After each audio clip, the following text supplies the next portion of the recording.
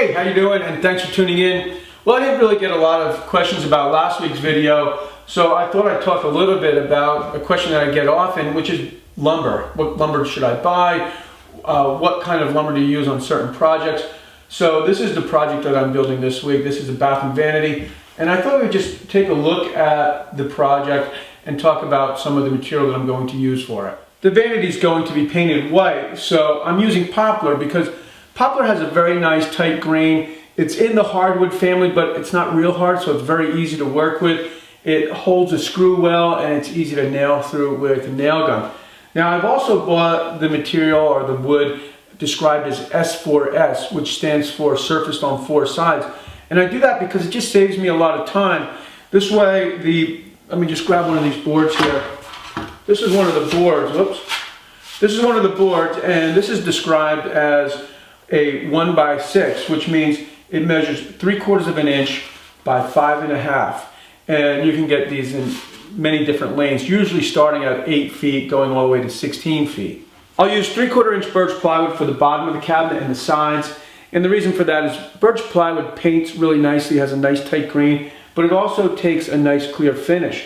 So the outside will be painted and the whole inside of the cabinet will be clear. And I like a clear finish on the inside of a cabinet because it just stays cleaner. It doesn't get the scuff marks that you might get on a painted finish, especially if you're pulling things in and out of the cabinet. I'm building the top of the vanity out of cherry, and this board is described as a 1x random width, which means the width is random, and the 1x, it's heavier than an S4S board.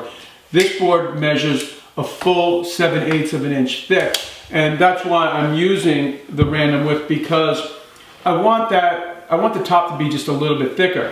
I'll bring the camera over and I'll show you just how much thicker the random width board is as opposed to the S4S board.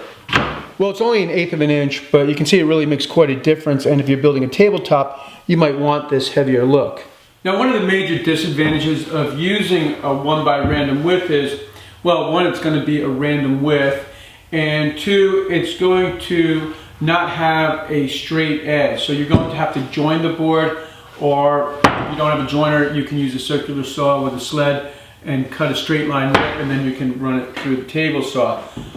There's a good chance also that there'll be more imperfections in the board or on the surface of the board, and that's simply because not as much material is being removed from the board like it is with an S4S board. You have to remember, with an S4S board, 1/8 of an inch of material is being removed from each side.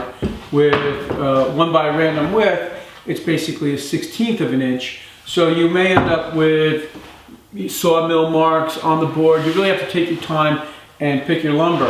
Now, this board looks really pretty good, and whenever I pick my material for a project, I'll pull the boards out of the lumber pile and line them up on the nearest wall and basically just flip them and really inspect them before I buy them, because it's just a big waste of time if you get back to the shop and there's something wrong with the boards and you have to go back to the lumberyard.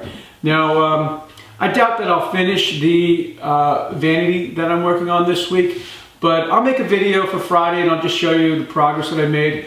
I guess that's it. Thanks for tuning in, and I'll see you soon.